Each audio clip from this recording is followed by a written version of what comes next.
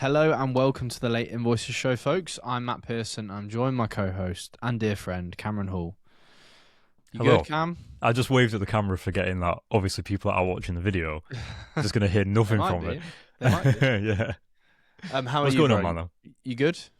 Yeah, man. Yeah, I'm good. We were just talking before the episode about, got some editing projects coming up. I've got an overnight edit over the weekend, which is For the exciting. bastards. So I'm having to go to bed at 4 a.m. and sort of prepare and finished the editing project recently. I actually wanted to mention, and I don't think we ever spoke about it on the pod before, but we talk about like 50% upfront, which we have spoke about in the past, but I've never done it through a payment processing service. You know, like if you go through Stripe or if you go through like Okay. Hello Bonsai Yeah, or whatever. yeah.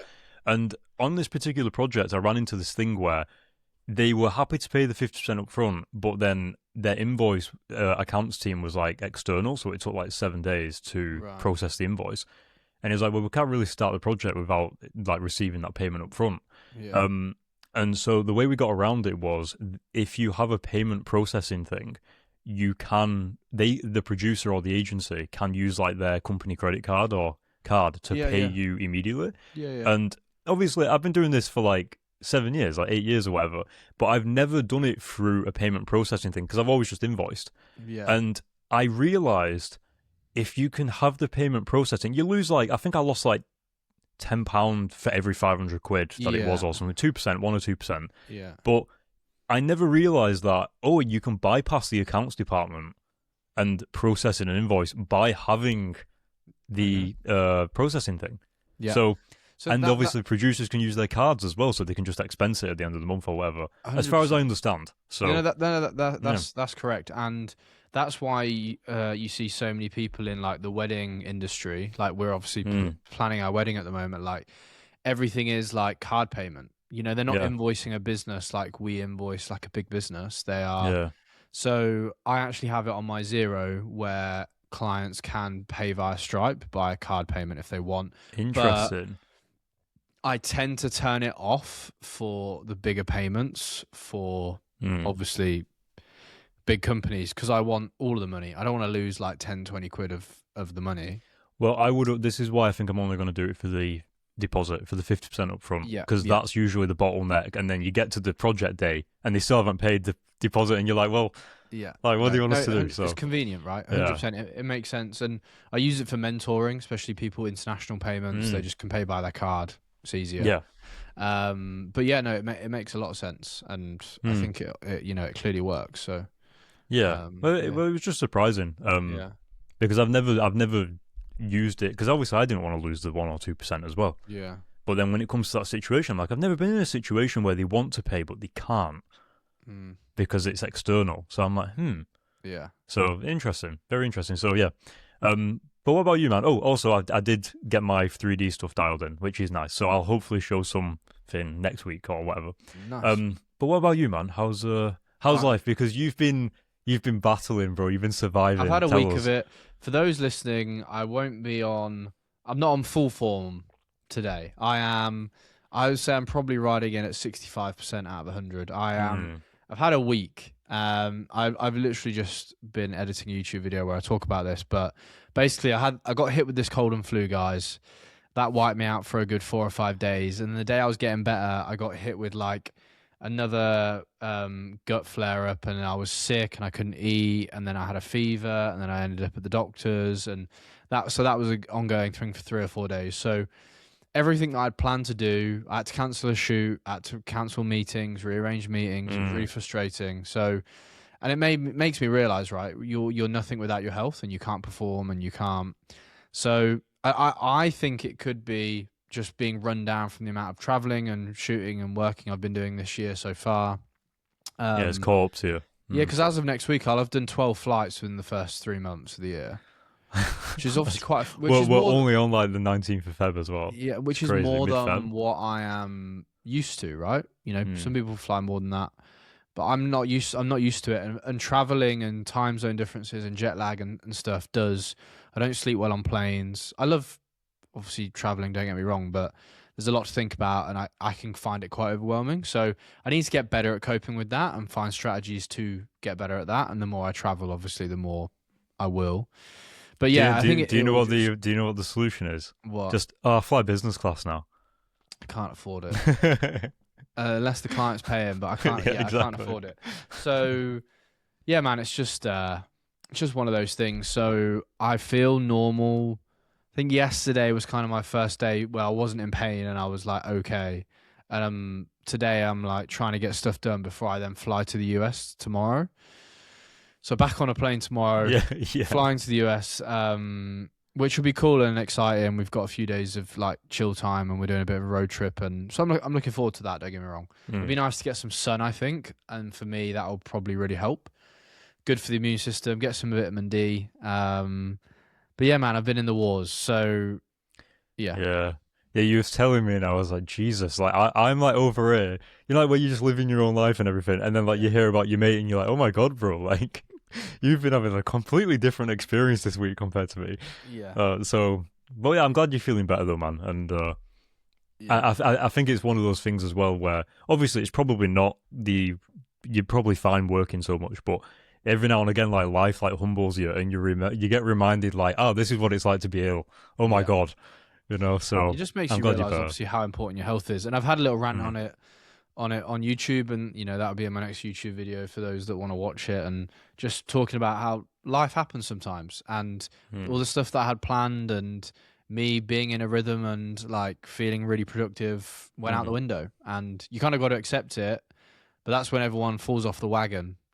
But you know, I'm gonna get back on the wagon and get back on the horse, and you know, still put out a YouTube video, even though it's, you know, it's a bit of a random one or like whatever, just keep showing up. And yeah, I think that's really good.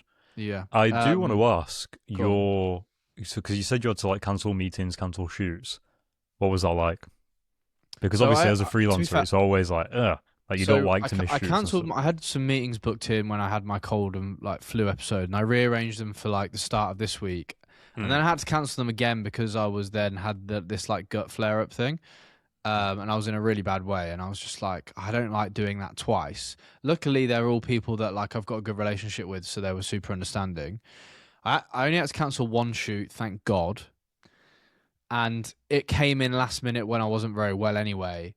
So, you know, I originally said yes, thinking I'd be better by that time, and then when it came to it, I was like, no, I just need to rest before I go to the US, because if I don't, I'm going to delay this further, and then I'm going to be ill when I go away, and I don't want that.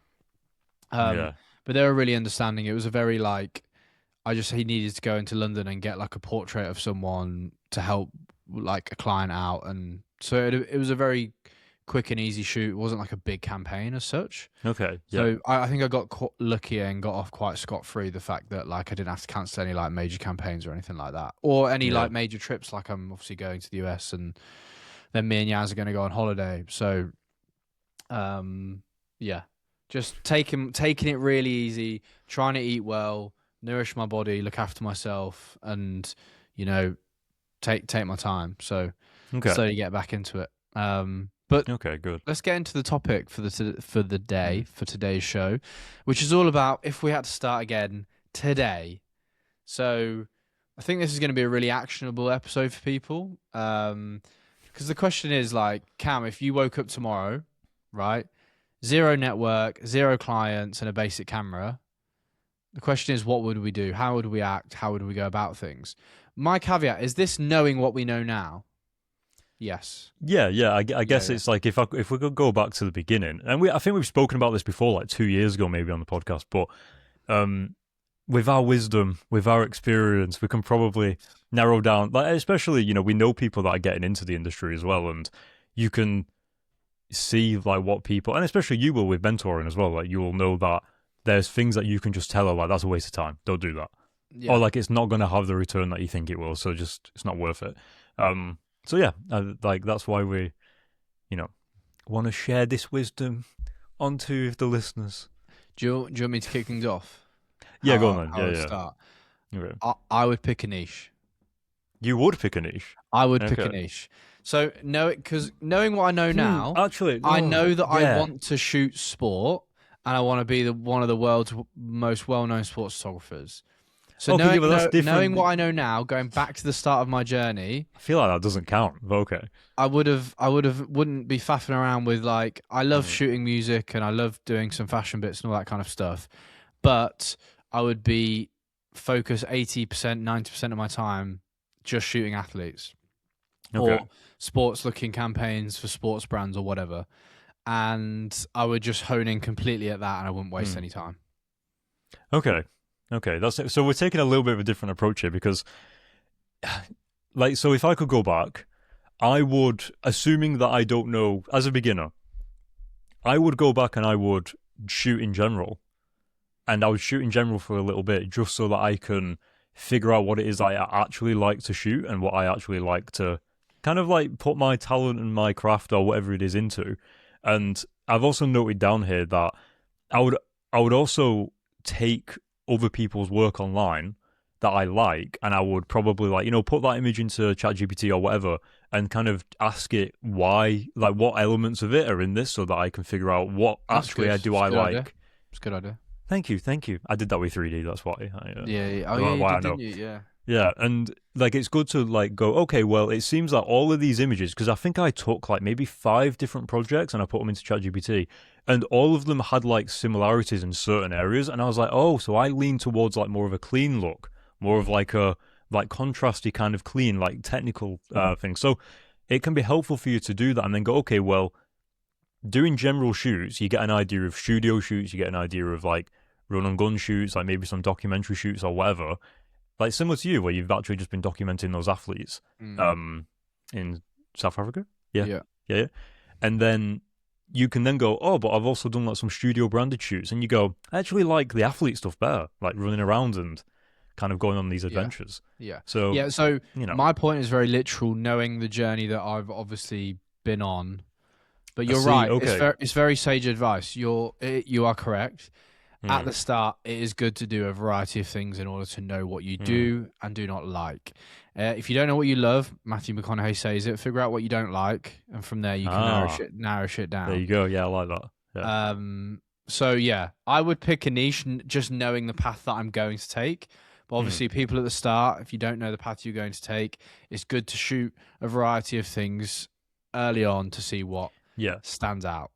Also, I would like to say in my 3D stuff, I am niching straight away. So technically, we're both saying the same thing, but so that's really good, man. What's the next thing you would do? Well, so what am I doing? So they'll build a portfolio. Okay, like, how are you going to go about doing that? Just a few projects. So, well, I mean, it depends. Like, so with video, I guess, I think you also need to figure out, like, probably if you know what you like, then you need to base your portfolio around shooting the kind of projects that you want to shoot. And that can be obviously based on what you want. But I'm trying to think, is there anything... I wouldn't even be thinking about money. I wouldn't be thinking about no. I wouldn't be thinking about money. No. It would be, cool, I want to be a sports photographer. Let me go out and shoot 5 sports in the next 5 weeks. Or let me do 5 pretend campaigns in the next 5 weeks. That's a good point. Variety, like not just shooting, say, tennis. You can shoot tennis and basketball on this to get a bit of variety. Something I'm trying to do at the moment is I'm going to do a shoot with a fencer. You know, the sword people. Oh, cool, yeah. And I want to try and make that look really sick, because I'm like, if I want to be one of the world's best sports photographers, then I need to be able to make every sport on the planet look fucking cool. Yeah. So, like, having that variety, knowing how to shoot different types of sports. So, yeah, go out and I would be shooting, like, you know, cool and personal projects, whether that's, or maybe you're shooting live sport or whatever it is, but I would be going out and shooting everything under the sun I could get my camera in front of for sport. Yep. The reason being is because you'll start building a portfolio, but you'll be learning so damn fast. Because you're starting off from scratch, right? So, you know, you need to learn about the editing and the post-production and experimenting on that front. You need to learn about what memory cards you need and how fast the memory cards need to be in order to make sure you can keep up with the action. Yeah. Just and like all of this random stuff. It's the systems and processes as well, where you go, I forgot my SD card. Yeah. And so then you're like, I need to make sure I don't do that. So, yeah, man, that's a really good point. Yeah. I think as well, like, it's good to not make too many portfolio pieces, because you can go out and shoot 6, but you might only need to use like 3 or 4, because you can make too many projects to where you end up having. I guess the best example is like the Fast and Furious movies. They've made like 9, and it just completely diminishes like the actual series. No, and so I think it's similar with portfolios where. Well, it's because they released all 9. They should never have like. My point is like I could go out and shoot 10 personal projects, but you might only see 3 or 4. Exactly. All my work isn't showcased on my socials. All my work isn't showcased on my website. I think you should, like you said, be very particular about what you share and not share too many projects. Have a portfolio of maybe like 5 different shoots that are your best pieces of work, but you still should be out shooting every week, like without a doubt. Yeah, definitely. I also think that, like, along with that, like, there'll be a client or a lead that they're already like bought into it, and then they go to your when they go to your website, they're already like considering you to hire you, and they just need like that, I guess, like evidence to show that you are competent and you know what you're doing. And if you have too many projects, there'll be a yes, and then they'll see the 4th project and go, "That's not as good as the other 3," and they're like, "Ah, damn!" Like you've kind of ruined the what is it, like the like perception of you, I guess. Yeah, it's all just perception. Really, nobody knows what they're doing. They all just look like they do. As is life. Yeah. But yeah, no, you'll start building a portfolio that way, basically. But you'll learn a hell of a lot. You're doing a lot of things at the same time. So you're learning how to use your camera. You're learning how to shoot in manual. You're learning how to do post-production and edit and test that side of it. But you're also starting to build a really simple portfolio by just going out and shooting personal projects, live stuff, whatever it is, just getting out, grabbing a mate, putting them in some clothes, stand there, pose, kick a ball, whatever it is. But just like that, I think for your first like 3 months is what you need to just like focus aggressively on, 3 to 6 months even. Yeah, exactly. And it doesn't need to be like an actual athlete either. It can just be your friend that just happens to have muscles. Yeah, or your friend that is pretty good at football and can kick a ball, or your brother that can kick a football. Or, do you know what I mean? It's not as long as they're dressed like as long as they have football trainers on and they're not like kicking in like their school shoes or something. Yeah, I think you'll be fine. I also wanted to say not to spend too long making the website. Like, honestly, and we spoke about this a few episodes ago, nobody's going to look at your goddamn website for as long as you do. Like, people are going to go on, they're going to see your work. As long as things are like, they're looking kind of like, you haven't got like really like basic stuff. Like, your portfolio is like here, and then also the second video is like halfway down the page or something. I don't know. Like, as long as it's just presentable. How long did the website that you just showed me take to make? Oh, I forgot to mention on the pod. It took 4 days. See? And I think it's great. So Cam and his partner Steph set up a new website for like the editing and all that kind of stuff. Yeah, we're offering post-production sprints. So. Probably didn't cost you much. It looks great. It does what it says on the tin. You can see the work. You can see the clients they've used. You can see the pricing, and you can see a little about them, photos of them. Yeah. Brilliant. Straight away, I'm like, sweet. I know what I'm getting, and if I want to book you and I like what I see, I will. Think about how much money in the past people have spent on websites. Think about how much like time people have spent. You can do your website within a week and it's done and dusted, and you probably just then need to update it and add new work to it every now and then. But I do think a lot of the load was taken off with the fact that my work already existed. Yeah. Like I could just like put it there and it's done, and then the rest of the time can be focused on the website. Yeah. But I would also say that there is times where if you're like a big company and a big business, you probably do need your website to, cater a little bit more to a very specific, like you're trying to sell them on the website as well. Whereas I think in our case, we're already kind of like being considered when they're on our website, and then our proof and our portfolio is there. But we don't need to like get them to buy like a product or anything. So, but this is my 6th website I've made, I think, over my career. Okay, and it's taken until this time to be like, I'm not spending more than like a week on it. Yeah. Because it's just like, you're going to look at it, you're going to spend all that time on it, and then all of your clients will come through referrals. Yeah. They won't even go through the website. So it's like, goddamn.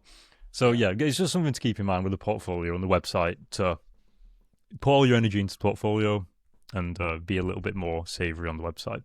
And also, you mentioned the price. A lot of hits, then it's worth obviously putting a lot of time on it. But until that point, it's like, what's the point? Yeah, and you mentioned the price as well. It's just included with my Canva subscription. It's a Canva website. Yeah. That's it. £10 a month for everything. It's fine. You know, so it's not crazy. Shall I get rid of my website? Because I have Canva. Well, that's what I mean. Like, if you're already paying for Canva, you have the website option, and you can attach your domain to it. So it like ours is well, actually, I won't say it just because it's irrelevant. Yeah. But yeah, like you can just attach your domain to it, and everyone's none the wiser. Yeah. And it just operates as it should do. Interesting. Yeah. I'm gonna have to look into that. I think so. Yeah. Okay. Next thing. So outreaching. So I think, especially with my 3D stuff, all I've focused on so far is I learnt the skills. Then it's like, right, I've got the skills. Now I need to make a portfolio. Once the portfolio's done, then it's just network and outreach. And it's basically just that. And that is also part of like, making YouTube videos or content or whatever. Like outreach is also, as well as, emailing people and LinkedIn, but it's also posting. So yeah, at the start, my outreach wouldn't be like necessarily, oh, I want you to hire me. My outreach would be just really focusing on building relationships with the people I know. So I'm thinking at like sports teams, agencies, other sports photographers, whatever it is. And I'd be like, oh, can I come and shoot some behind the scenes on your next shoot? Or if an agency, like just to get your foot in the door so they know who you are, you can meet them on set, you can build a relationship with them. That's going to open up doors down the line. So if I was starting again, it wouldn't be like, oh my God, look at me and my amazing work, because I'm not at that point in my career yet. It'd be, I'm really keen to learn. I want to see how productions work so I can be exposed to them and learn. Can I please come on your next agency shoot and just take some behind the scenes for you free of charge? I'm just eager to learn. I like how you're being honest. My outreach. Yeah, and like, be honest, but also like they know, like these people have been in the game for so long. Like they look at your work and they're not going to be like, oh my God, like they are aware that you're starting out, and where your work is does the talking. So be super honest. I'm eager to learn. This is where I want to get to. Your agency does some really cool stuff. Can I please come and take some behind the scenes at your next agency shoot? They're gonna love that. For free, like stuff for their socials. The photographers will love it. The creative director will love it. It's good to have if they post stuff. So it's like it's like not IQ skills, it's like EQ skills, where what actually stands out to them is that you're like, oh my God, like this guy must be like really interested in what we do in order to be asking to come and shoot our stuff for free. Exactly. BTS, whatever.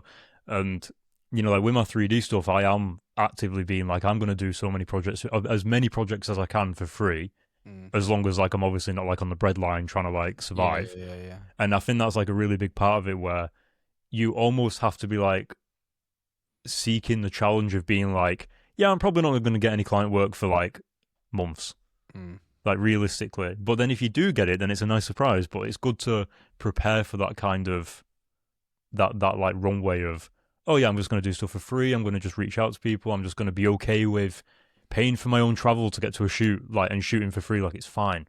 Like, it's not a big deal. And that stuff is the sort of stuff that you're putting yourself in a position where when there is an opportunity, they'll think of you, or you can, because they know that you're looking to get more experience, they might go, we actually don't have this shoot. This is our friends, and our friends are doing the shoot. But, if you want to get some more experience, our friends are doing the shoot. And it's like, yeah, it's Nike. It's just like a Nike shoot that they never told you about, that you just end up on a... I think I mentioned on the pod as well, there was a guy I knew a few years ago that was fresh out of university. He did a short film, I think, for free, just like assisting or editing or something like that. And then I think a year later, the guy was like, do you want to come and work on this Marvel movie with me? And I was like, so you went from university, fresh out of uni, a year later... And I think he worked on Secret Invasion, and he also worked on, I can't remember which one, but basically just two big Marvel projects. And I'm like, bro, I would die. I would die for that.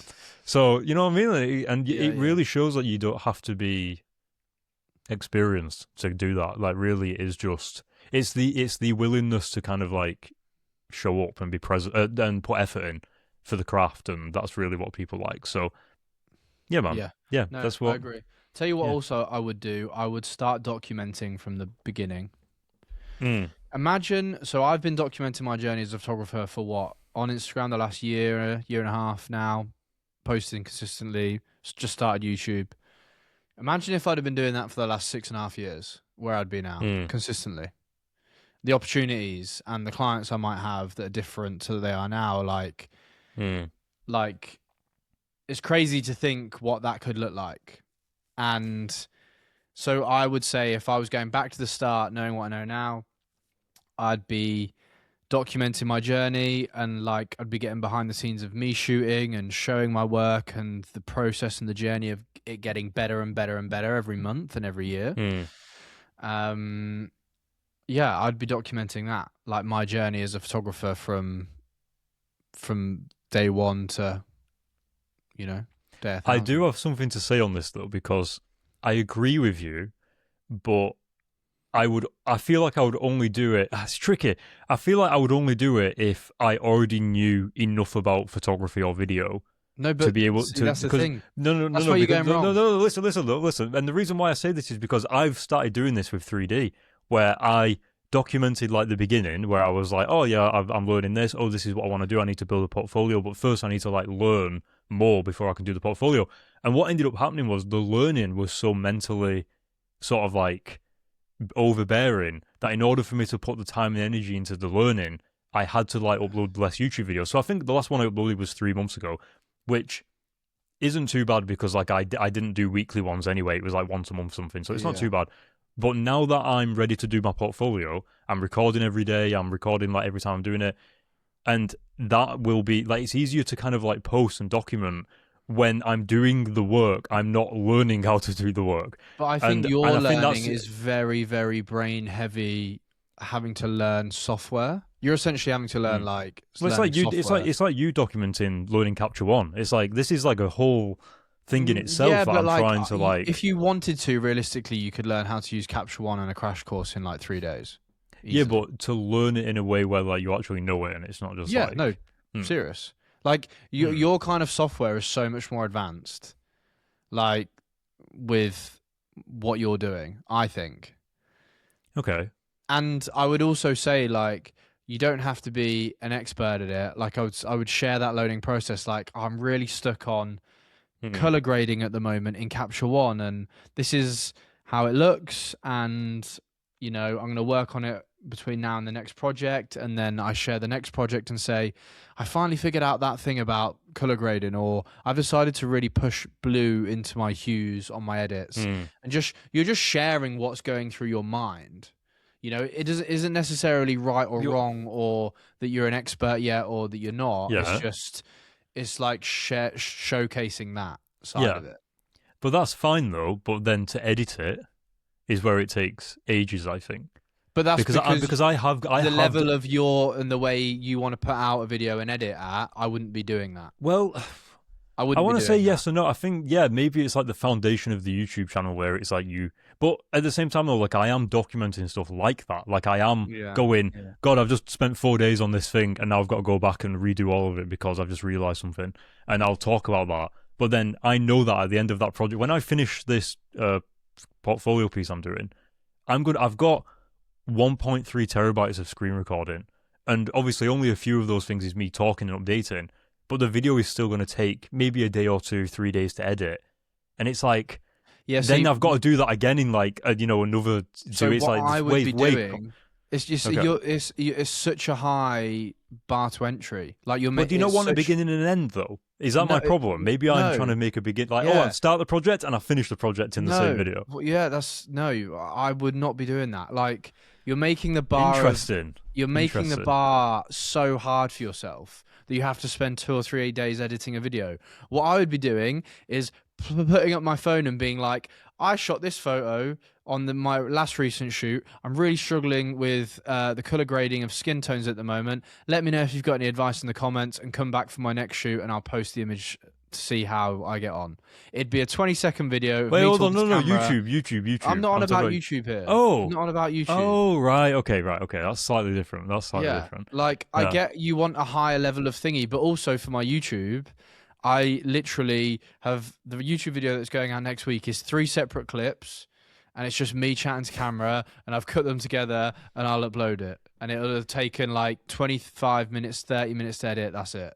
But Like, okay, so for the bar YouTube is so video low. though, but for the YouTube video, do you not feel like there needs to be like a beginning and then? Because I'm thinking, okay, I'm gonna start the project, the portfolio piece. No, there doesn't. And then it's like, but then I don't want to get to the end of the YouTube video, and it's like, I could easily just go, yeah, I'm just gonna like, I'm gonna stop it here. Like, I think that hopefully in the next video I'll finish it. They don't have to see the final result at the end of the YouTube video. But then, what's the video technically about then?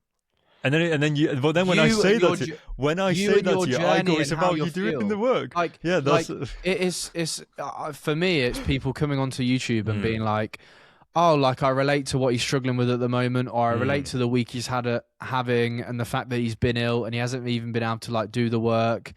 I've talked about a personal project I want to start. I haven't seen the end of it yet, and I probably won't see the end of it for another 8 videos or 10 weeks. But that's fine. Like, they're coming on the journey with me. Like, I'm just venting about like what I'm going through at the moment and what I've been working on and my task list for the day. Just because it's the tiny tasks and like I'm just sharing that because interesting. Like the journey is like the next 3 to 5 years on this channel. It's not like having to see the before and after result in a whole video. Okay, yes, I might do a video about a shoot and be like, here was the mood board and here was the final result. But obviously that can take a week to That's like isolate. That's like a separate isolated video. It's an isolated event. As well as the other stuff, yeah. Yeah. Okay. Like, you know, I think showing people the granular things that you don't think people want to see, but people enjoy hearing like my task list for the day and what I'm trying to do day to day to try and be one of the world's best photographers. Okay, like how I'm trying to push myself and how I feel at the moment and how I'm spending a day when I'm not on set and just general life. Do you know what? So since you started you making your YouTube videos, I was like, that's really good because you're literally just like, it feels very personal and very kind of like sketchbooky. Yeah. And I like that. So I record like that, but I don't edit like that. So I have footage and recordings of me talking about what I'm struggling with, but I've never uploaded any of it.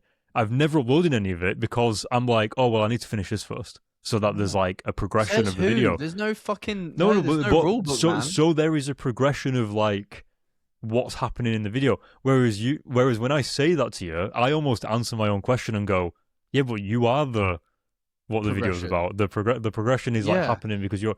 So... maybe I need to lower the bar even. Maybe I've lowered it and I'm like, that's it. And no, okay. Mate, the progression happens over like people seeing your work from a year ago and seeing it like now, not in the space of a video edit. That's interesting. I genuinely think you've just like... I hope I've unlocked something for you there. I think you did. Because I took the filming aspect of like just, not worrying about... Just literally putting the camera on a tripod and just hitting record even if the light wasn't on, for example. And now, but you have a different editing philosophy as well, which is like, who cares if there's not an end to it? Like, it's fine. I'll just end it in the next video when I've finished it or whatever. Like, I like that, man. I like that. I think people listening as well might, if I struggle with it, then someone listening probably, feels the same way with social content and also with the YouTube stuff. I think scrapbook's the perfect way to put it. Because I look back at all my old YouTube videos and I love just like, it's like stepping into a time machine and going back into a time in my life when I was 18 and being like, oh my God, that's me in my uni halls. And that's me with my friends I had at the time. And that's just me chatting to camera about how motivated I am or how shit life is at the moment. And I can't tell you how priceless that is to be able to like go back in and just see this really scrappy video of my life 10, 15 years ago. Like, it's mind-blowing. Like, actually so I want that for myself, for future me, when I've got kids, so we can, even like me just sharing this journey, but me being able to go back through it and be like, fuck, like I wanted that thing and I achieved it 10 years later or whatever it is. So my videos are very scrappy and they're very scrapbooky and like the bar is low so that I've uploaded, 5, 6 videos since the start of the year? You've uploaded more videos than I have in the 6 months I think I started. I think I've done 4 and you've done 6 already. You know, You've I been doing said it for that like to a week. Yaz. I said that to Yaz, and I was like, I've already uploaded more videos than Cameron, and like, but it's because I know how much of like you're only doing it to yourself. It's the barrier of entry. Like you're not making it like an accessible thing for you to be able to upload regularly. Like I know that if I want to upload 100 videos and then see where I'm at, I need to make it easy for myself to upload 100 videos, and that is, you know, having a really easy barrier to entry, making it really scrappy, and just every time I edit, thinking, okay, how can I make this 1% better? Just 1%. Is it some text here? Is it the sound? Is it the way that I just line up the camera? Is it like being more doing like a bit of an intro on what the video is about? Like just playing around with it and having fun with it. But every video just thinking 1% better, 1% better. Instead of being like, God, this video needs to be 1,500% better, and it needs to have this, and it needs to have this, and it needs to have a start, and it needs to have a clear end. People need to be able to see progress. Like I'll just be sat twiddling my thumbs waiting for a video that will probably happen once every 5 months. And it's just like, well, you're not gaining any momentum or traction or bringing people along for the ride, and then people don't buy into you and your work. Yeah. Well, one of the things that the other thing that came up is that a lot of my stuff is like screen recordings with me like in the corner, and a lot of like obviously the progress on the project is that, and obviously I talk and I'm in the corner talking or whatever, but I'm like, do I need to record some like camera stuff just to kind of like so that it's not just like jump cutting through screen recordings basically? Yeah. But I mean, if that's the bar, like where it's just like you just need to record some shit just on the camera instead and just edit that in, it's like that's pretty easy. Yeah, so like you like entering your office, you like chilling with Steph in the evening, you just like going for a walk with the dog, or like just going to the beach, or just like breaking it up with like, oh, this is the life of someone that wants to be a like a VFX, not a VFX artist, whatever you want to fucking be, but the life of whatever Cameron Hall wants to be at the start of the journey. This is what it looks like, and people like buy into you and come along for the ride. If they're seeing you in a tiny corner talk all the time, like, I'm not gonna want to watch that. Like, I'm not like because like I'm not nerdy about the actual thing. I'm invested in you and the journey, and I like seeing what you're creating. But you talking in a corner for 15 minutes about nodes and this and that, like, I'm going to switch off. Unless, like, you're someone that's really, really into the granular stuff about it. Isn't that just the journey, though? Where it's like, like, I've noticed that if you do this, then this happens. But if you do this, then this doesn't happen. And this also leads back to blah, blah, blah. Yeah. So, obviously, I think it is the journey. But, like, you'll never see me on my YouTube videos, like, sit and, like, walk through me fucking editing or selecting entire shoot. But yeah, I still share my life as a photographer. And I share the final image like quickly on screen and be like, did this is me traveling, this is me doing it. But like I'm not sitting and showing you like the long like hours of color grading, or do you know what I mean? Okay, because I know that people are just like gonna switch off and lose interest. Some people will find it really interesting about how I color grade, but like you've obviously got to know like what's gonna still like keep people watching. And I think whenever I think about editing a video, this is where I go back to, well, it needs a start and an end, and it needs like a there's no rules, man. I just think like I like to keep the video moving, so I'm either chance camera venting about something that's really real I'm going through, or it's like it's fairly like not fast cuts because it's YouTube, but I'm not staying on the same thing for too long because I want people to watch through and be engaged for an entire video. Okay. That makes me think maybe I should have a look at what I've already recorded for this portfolio piece and just be like... But also have a look at what other YouTubers doing. Like lots of YouTubers come up that I watch and Yaz watches, and they're just like these like fitness girls or runners that live in London, and they're about our age, and they're just vlogging their week. And it's like Monday, them having dinner, and then Tuesday, them out for a run and just like their post-run thoughts for 5 minutes. And then Wednesday, like they've gone to do something else. And it's just like really like... This is one of those things where you watch something and you go, wow, this is really good. And then when you rewatch it again, looking at what actually they've done, you're like, this person just didn't leave their room for like just 10 minutes or something. yeah. So it's like they're just living their life and they're taking Yeah. you along for the ride, and it's not, there's no start to finish and there's no moral of the story. It's just like a week in my life as this, or like my title for my video that's coming out be like, life really does happen, freelance diaries, and it's just like me venting about, me to camera for 10 minutes venting about how it's been a shit week and I haven't been able to do what I want to achieve, and it is what it is, and I'm going to roll with the punches. It's just that, Okay. like, but it's real. How long do your videos take to edit? For like 20-30 minutes. Jesus Christ. Okay. Like an hour max. An hour max. Like, if I want to like really sit down and cut out like all the pauses and the shit that doesn't need to be there. Yeah. But like, I'm not color grading. As long I've got some decent mics, so the sound's okay. Like, there's no color grading. There's no nothing. It's just like straight out of iPhone, straight out of my DJI Nano. And like, I've started putting text in where you hear the typing sound and you see just like, but those little 1% where I'm like, cool, well, I'm in Milan, Italy, so I'm going to have Milan, Italy coming up, or the day of the week where I'm chatting so people can see it's a new day and I'm now chatting to camera, or like, I don't know. So it sounds to me like you shoot to edit. Like, you shoot knowing probably how this, like, what you need to say in that clip. Yeah. And I'm probably like, this will go in this section, and then I'll just roll into like a... So many times, like, it's already in my timeline, and I know what the video, like, half the video is, and I'm like, this would go nicely, so then I'm shooting to edit it into the video. Okay, yeah. So, like, I like to edit as I go. And it makes it so much easier as well. Do you know what? When I used to do YouTube vlogs years ago, I used to do that. I used to edit on the go, and I think that makes it so much easier. If you're, like, knowing you're going to do a week in a life, then... Like, on the Monday, I might say, like, hey, it's Monday, this is my task list for the week. I'll let you know how I get on. And then I'll put that into my timeline. And then Tuesday, I might be, like, at the gym, and then or whatever, or I'll be in the car, and I might be like, I got everything done yesterday.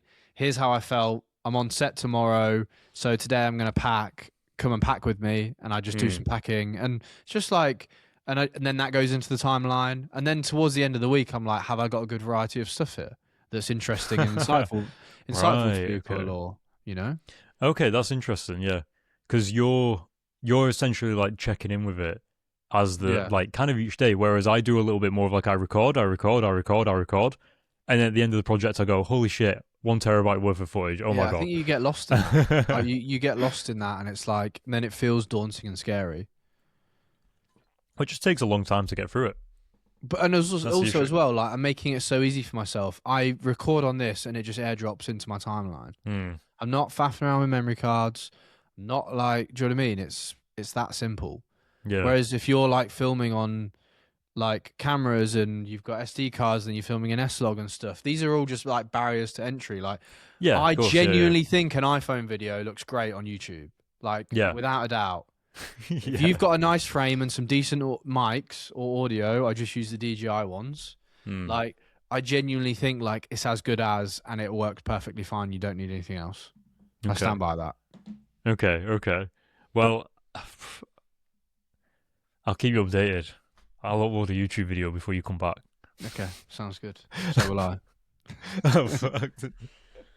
Of course. All right. Well, listen, I don't want to. We got sidetracked. We did get sidetracked. I'll just put like a thing there, but but the point was start documenting. Yeah. Start documenting. And what would you focus on that? So say, like, imagine we're like 6 months to 12 months in now. Okay. And you're starting to build a portfolio. Are you trying to focus on clients? What's the next step for you? Well, I feel like it is just working towards better clients. Like, for me, I know that you'll start to learn that, like, pricing and, like, like the way systems are and things, they kind of correlate with how good your clients are and what kind of projects you get and how much you can charge. And so I would almost try to, I don't want to say weed out cheaper clients, but I would, well, essentially, yeah, you would, like, weed out cheaper clients. Like, you would want to start weeding out some of those projects that aren't really up to your sort of, like, quality taste. And that might be, okay, I'm going to start taking on less clients so that I can say yes to, like, one right one or something like that. I don't know if that would happen as soon as that. Well, what did you say, in 6 months? 6 to 12 months. Yeah, I think Well, like no, for but, your but hold first on, but like contextual though, in context to that. So okay. better than where you was when you was at like no months, right? Like you Yes. take whatever you can get, and even then, the quality might still be cheaper clients, but it's not where you started essentially, But because if there's some at pretty 0 to bad 6 clients at the beginning. months, if at 0 to 6 months, I'm like I wouldn't even be worrying about money or clients. It would just be getting like a really cool No, portfolio. well, this goes back into no expectations again. Yeah, I think Mm. 6 months to like 12 months, even maybe 6 months to 2 years in, it's like getting enough of a network to pay you, even Mm. if those jobs aren't really like, jobs that you like doing. Unless I come back to this all the time. I say if I get paid to pick up a Hmm. camera, but up until recently, I'm now saying no to, clients that are not aligned with the direction I want to go in. But that's taken me like 5, 6 years to get to that point, right? Do you know what I mean? Whereas it's like for years like 2 to 5, I mean, might get rid of 2 years for COVID, but it's like I'm still doing a lot of jobs that I wouldn't post about and that I wouldn't necessarily do. And it's only now in my career that I literally the other week saying no to a client like I've been doing this for you for like 5 years, guys. I'm not going to do it any further moving forward because it's not a suitable use of my time anymore.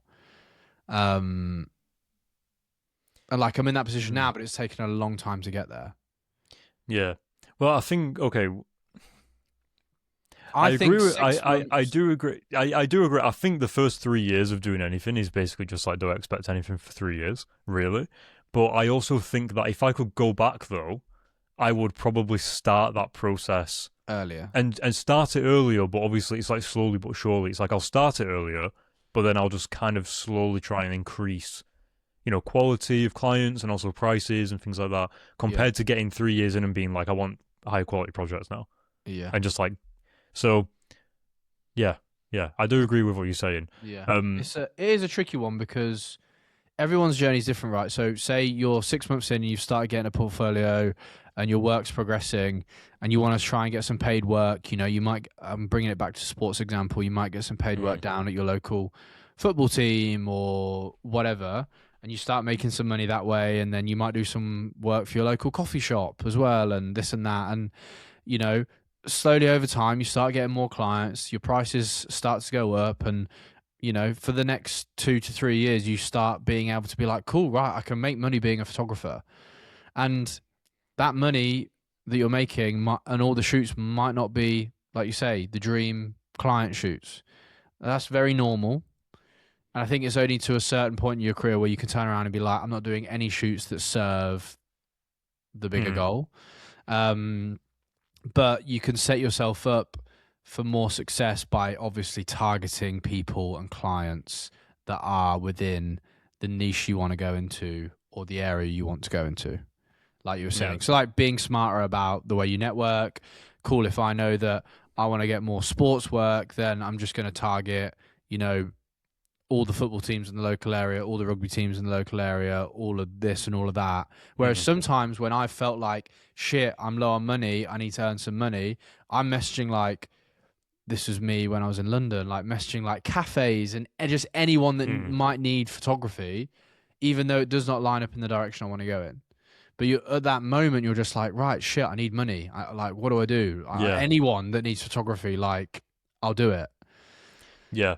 But you need to be in a position where you can, like, you give yourself like a window, like a time frame of where you can be like, I can just go hard in this direction, Yeah. and hopefully, by that point, like, you don't have to kind of like backtrack a little bit. But I think also identifying your bread and butter clients.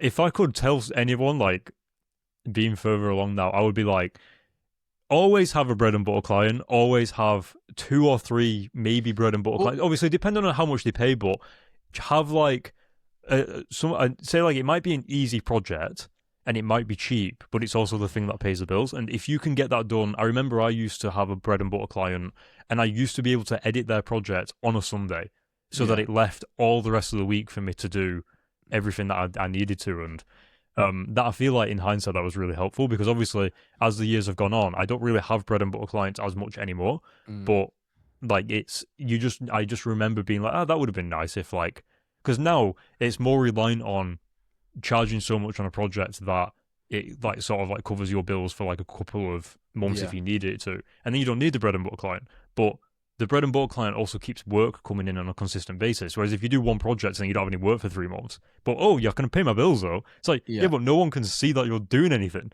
because you're not working. Yeah, so true. No, 100%. Pros and cons.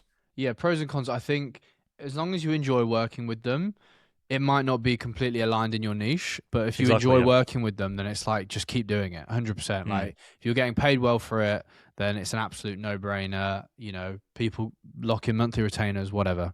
So I think it takes the weight off the shoulders as well. 100%. And like you say, it frees you up for the rest of the week or however you do it. So you can be like, sweet, bills are paid, right? I can get out and shoot that athlete, or I can get out and do this and get that project done because you know that, you know, rent's covered and you've got something locked in for the next 6 months or whatever it is. So they are obviously, you know, good things to have. And obviously you still need to maintain the things you were doing at the start, which is building relationships, you know, and like nurturing the relationships you've built, also trying to find new people to like build those relationships with for your network, follow up if you don't hear back from them, raising your rates slowly over time.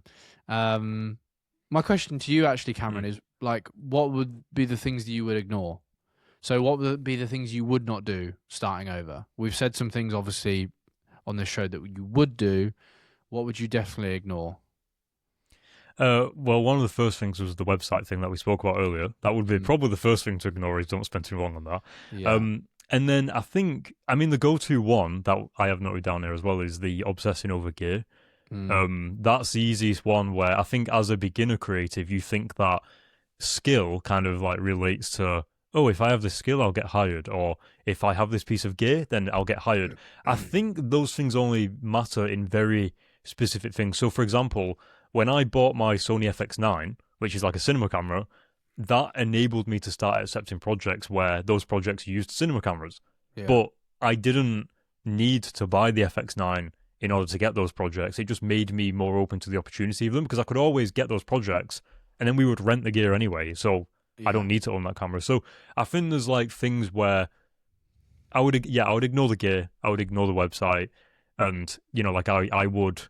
You'll be able to speak a bit more to some of the other stuff that we've got on the list, but I think one of the most uncomfortable parts when you're a beginner as well is everything you're trying to like also you're like in the deep waters all the time. Like you got your taxes, you've got reaching out to clients, you've got asking for invoices to clients that don't pay your invoices on time. Yeah, there's always stuff to do, and I would almost like you don't feel ready for a lot of it.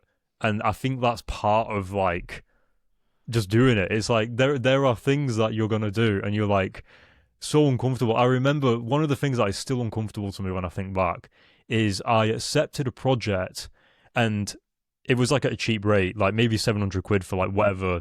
Obviously it was worth more than that because I've ended up saying no to it. But I said yes to it. I had to have a follow-up call with them to turn them down, to decline the project, because after I'd already said yes.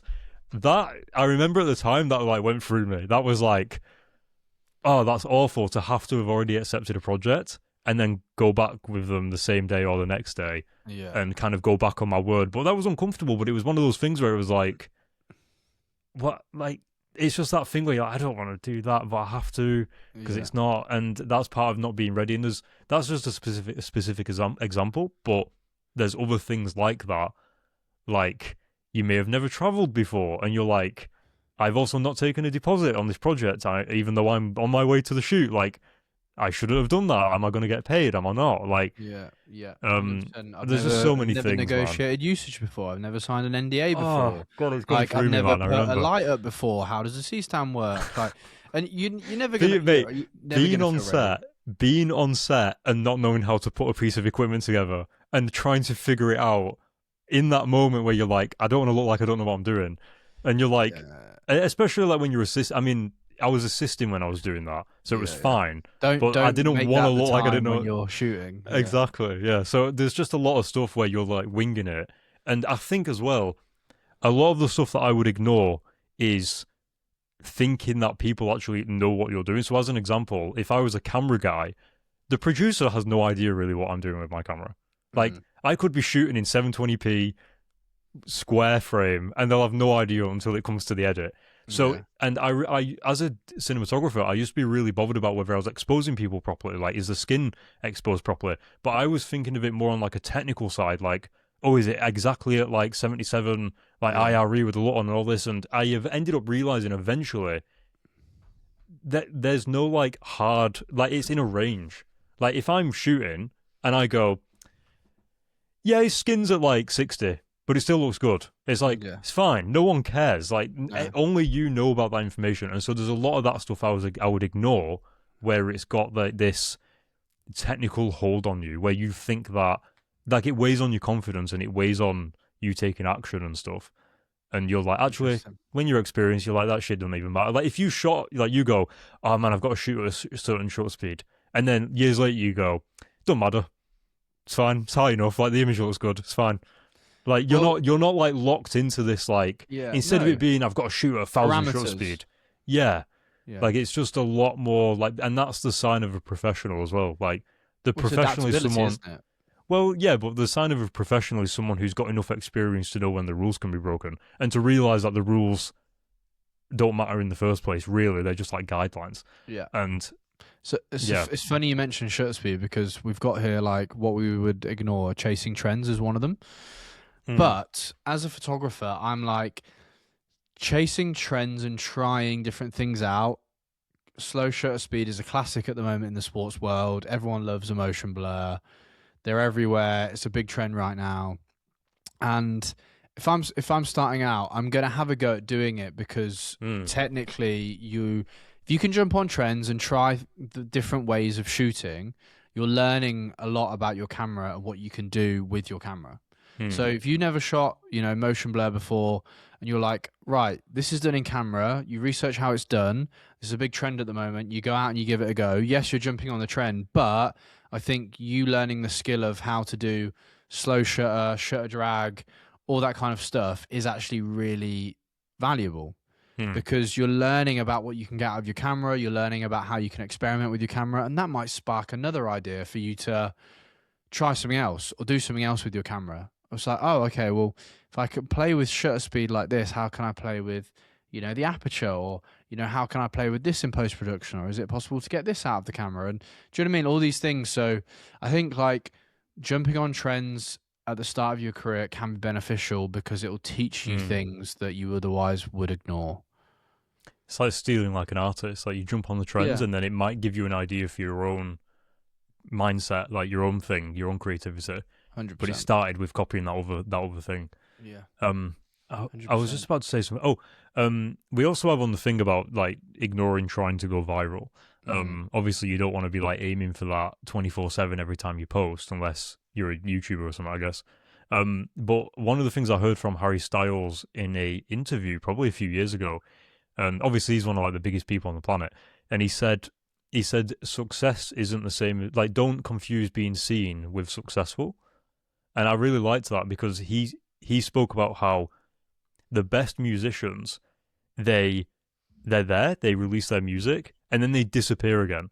And then when they come back, say 10 years later, everyone cares because they've been gone for so long, and the last time they did something, it was amazing. Now, obviously, I'm not saying for us to disappear for 10 years and all that, but I just like the idea of, don't forget that. And I think we spoke about this maybe offline, where we're photographers and we're videographers and we're 3D people. We're not social media influencers, and it can be really easy to start trying to kind of make that content and trying to go viral every single time. And it's almost like, hold on a minute, like, I'm a photographer, I'm a videographer. Like, this is what actually is the priority and what my time and energy should go into.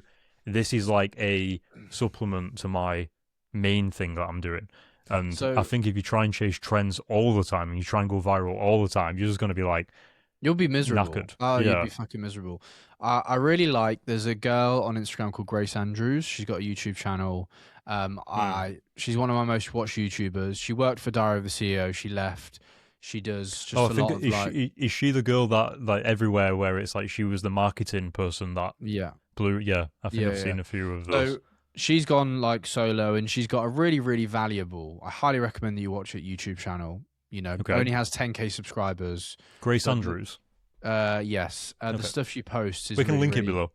Yeah. I just actually need to double check that it is Grace Andrews, because I don't want to. I Don't want to give a shout out to the wrong random Grace It is Andrews. Grace Andrews. So she's got 130k on Instagram. Okay. I messaged her before and she got back to me. I basically just said like how good the stuff is. So much free resource that you're getting, and Okay. she was saying how like when you're when you jump on a trend and it pops off, like and it gets loads of views, people are liking it for the trend. They're not liking it for you necessarily. So think about like a video. It's like people that's circulating not because of you. It's circulating because of the trend that's on the algorithm. So as a value to you, it's actually not worth that much. So like, yes, it can be fun to jump on trends if you're the trendsetter itself, like brilliant. But trying to go viral, that's why I think YouTube's so valuable, because it's like you could get 500 views on a YouTube video or 1,000 views on a YouTube video, but those 1,000 views could be so much more valuable in how people connect with you and buy into you and your journey compared to a viral Instagram reel that has done like 3 million views, but people are liking it because of the trend that you've jumped on, not because of you as an individual. And there's not as much connection there socially, Yeah. So it's really interesting, just perspective to think about. It's really, And then I imagine as well, because they're not really super invested in you, they probably would only be seeing your next trend that you post. They probably won't be bothered about you going to the shop or something, And that Holy Airball video that I posted and got like 25,000 followers from. Like that's the challenge. Like they come over to my page and they've clicked follow, but like you have to I've got to get them to buy into me and my work and the journey and all that kind of stuff, which is why like things like YouTube for me right now are important. So yeah, some food for thought there. I wonder if that's also the way you curate your content for that trend. So as an example, if you're going to be making content about a trend, maybe you make it in the style where it also is like leaning into more like on your journey, and you've implemented that trend into that compared to just like doing a dance or something and that's the trend. No, I did do that before, and I think that's why the follower turnover was so high, because I showed my journey but made it the trend. So people were like, whoa, like, and they bought into the journey, so they followed me, because I think that's a pretty high follower turnover for a trending, like for it to jump on a trend. I imagine like, it sounds a viral TikTok dance, like you might get 3 million views, but you might only get 200 followers from it. So so it's like ratio. Yeah, it's interesting. But anyway, I think we should wrap up the episode there. Okay, it's been a nice long Sounds episode. Good. So the people that are listening, I hope they enjoy. And yeah, I want to say, guys, next week we probably will have a week off because I'll be on holiday and I'll be in LA. Yeah, we'll be back to normal schedule after that. But thanks so much for listening. Before you say that as well, I want to just jump on that with, you might have noticed that the last few episodes have been like, it's been a Tuesday and then it's been a Thursday and then it's been like a Wednesday or a Friday or something. Yeah. Matt's traveling, I'm doing my 3D stuff, and we've got like editing work that's popping up as well. So it's a bit, late night edits and stuff, which is we're getting by. Yeah. So we're aware, and also it'll get back to Tuesday eventually, but hopefully it's okay. Yeah, but yeah, man, do you want to sound us off as you? Yeah, guys, if you made it this far, thanks so much for listening. We appreciate it a lot. If you haven't already, you can subscribe to our newsletter. Please leave 5 stars, guys. If you're listening on Spotify, can you click the follow button, leave a 5-star review if you enjoy the show. It helps us get pushed into the algorithm so that, we can do this more often. We still don't have a sponsor. We're still doing this off our own backs. So, yeah, it'd be good if you could do that favor for us. We would really appreciate it. And we'll see you in the next episode, guys. Amazing. Bye, guys. Peace out. Much love.